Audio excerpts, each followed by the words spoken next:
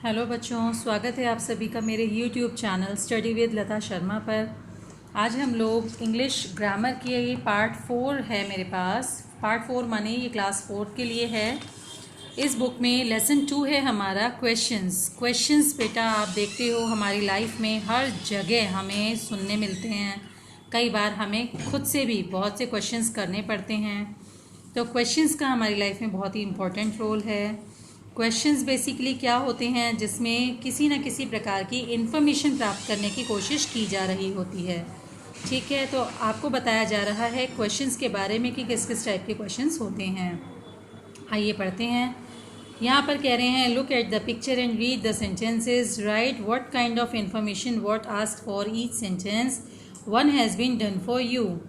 यहाँ पर एक पिक्चर दी गई है, ये कह रहे हैं पिक्चर को देखिए और यहाँ पर कुछ क्वेश्चंस हैं। उन क्वेश्चंस में किस तरह की इन्फॉर्मेशन के बारे में पूछा गया है, आप उनका जवाब दीजिए। यहाँ है वेयर इज़ द सन, क्योंकि यहाँ पे आंसर दिया गया है the sun is above the tree, कि सूरज कहाँ है, पेड़ के ऊपर।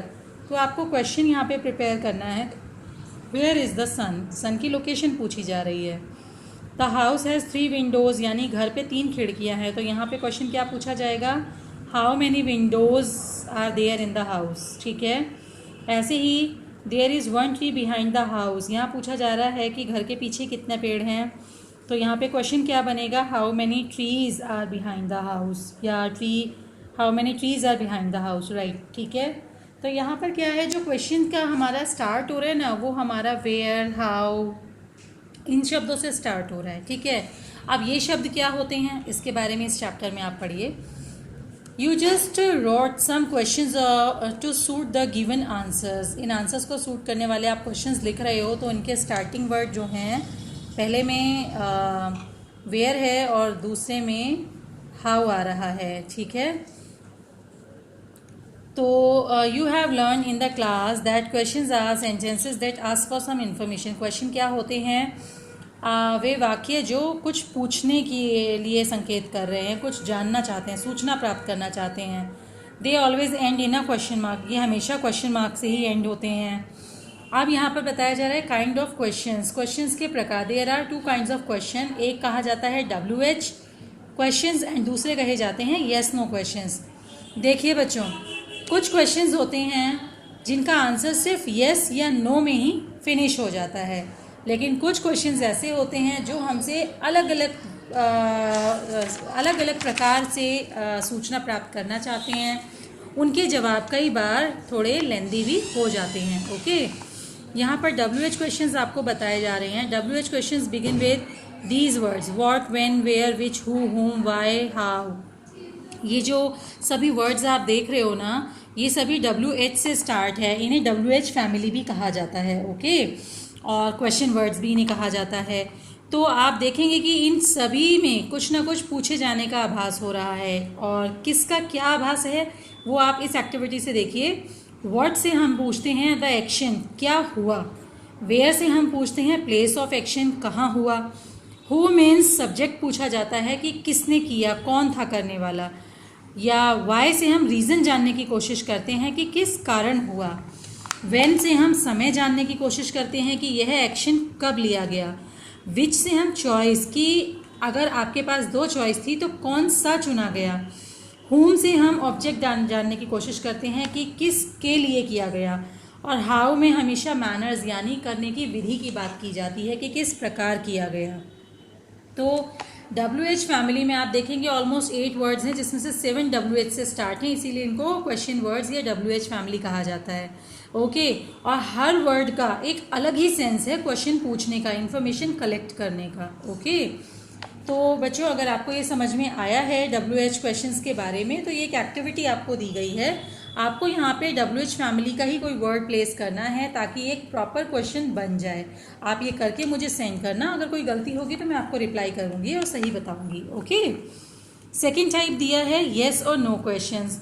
सम questions are answered with a yes और a no, they are called yes no questions. For example, कुछ क्वेश्चंस ऐसे होते हैं जिनका जवाब या तो हाँ या तो ना में ही दिया जा सकता है, जैसे कि do you like ice cream, yes. Can he swim, no. Will you come with us, yes. तो ये कुछ ऐसे क्वेश्चंस हैं जिनमें जस्ट यस या नो कहकर ही हम अपनी बात का रिप्लाई कर सकते हैं, हम अपनी बात कह सकते हैं। ओके, यहाँ आपको कुछ एग्जांपल्स दिए गए हैं, और जैसे कि फर्स्ट इन्होंने बताया है use the verbs be, have, can, do और other helping verbs to ask. जब भी कुछ पूछा जाता है येस नो टाइप के क्वेश्चंस में, तो आप देखेंगे कि इनके स्टार्टिंग में हेल्पिंग वर्ब दी गई होती है, do, can, will, is, was, इस तरह से हेल्पिंग वर्ब्स दी गई होती हैं। ठीक है। स्टेटमेंट यहाँ पे आपको दे रहे हैं जो एक सिंपल स्टेटमेंट है, आलिया इज़ अनवेल टुडे। ये सिंपल सी बात कही जा रही है, इसी का अगर हमें क्वेश्चन बनाना है तो क्या होगा, ये जो हेल्पिंग वर्ब है ये सब्जेक्ट से पहले आ जाएगी, इज़ आलिया अनवेल टुडे, तो ये क्वेश्चन बन जाएगा। ऐसे ही वी शुड गो नाउ, हमें अब चलना चाहिए, इसी का जब हमें क्वेश्चन बनाना है तो क्या होगा, हेल्पिंग वर्ब सब्जेक्ट से पहले आ जाएगी, शुड वी गो नाउ, क्या अब हमें चलना चाहिए, और लास्ट में क्वेश्चन मार्क है, तो ये येस नो क्वेश्चंस रेडी हो जाएंगे। ओके, अगर आपको मेरी इतनी बात समझ में आ गई है तो ये बी पोर्शन जो आपको दिया है ये रिवीजन एक्सरसाइज है। आप इसमें क्वेश्चंस के आंसर्स कीजिए येस और नो में, आपको अच्छे से आइडिया हो जाएगा कि किस तरह से किया जाता है। ठीक है, फॉर्मिंग क्वेश्चंस बनाना, you can do the following to form questions form statements को क्वेश्चन में कन्वर्ट करने के लिए, वैसे मैंने आपको भी बताया ही है कि हेल्पिंग वर्ब को सब्जेक्ट से पहले हम लिख देंगे तो क्वेश्चन बन जाएगा। ठीक है, लेकिन यहाँ थोड़ा और आपको बता रहे हैं तो आप समझ लीजिए। Change the order of the helping words as shown before in the example, add do or does before the sentence. देखिए मोस्टली सेंटेंस में क्या होता है, हेल्पिंग वर्ब को सब्जेक्ट से पहले लिख देते हैं और क्वेश्चन बन जाता है, लेकिन कुछ वर्ड्स ऐसे होते हैं जहाँ पर कोई हेल्पिंग वर्ब नहीं होती। ठीक है, तो वहाँ पर आप क्वेश्चन कैसे बनाएंगे, तो वहाँ पर सिंपल सी बात है कि आपको सिंगुलर सब्जेक्ट हो तो डज लगाना है सब्जेक्ट से पहले और क्वेश्चन बन जाएगा। ठीक है, और प्लूरल सब्जेक्ट हो तो डू लगाना है सब्जेक्ट से पहले और ये क्वेश्चन बन जाएगा।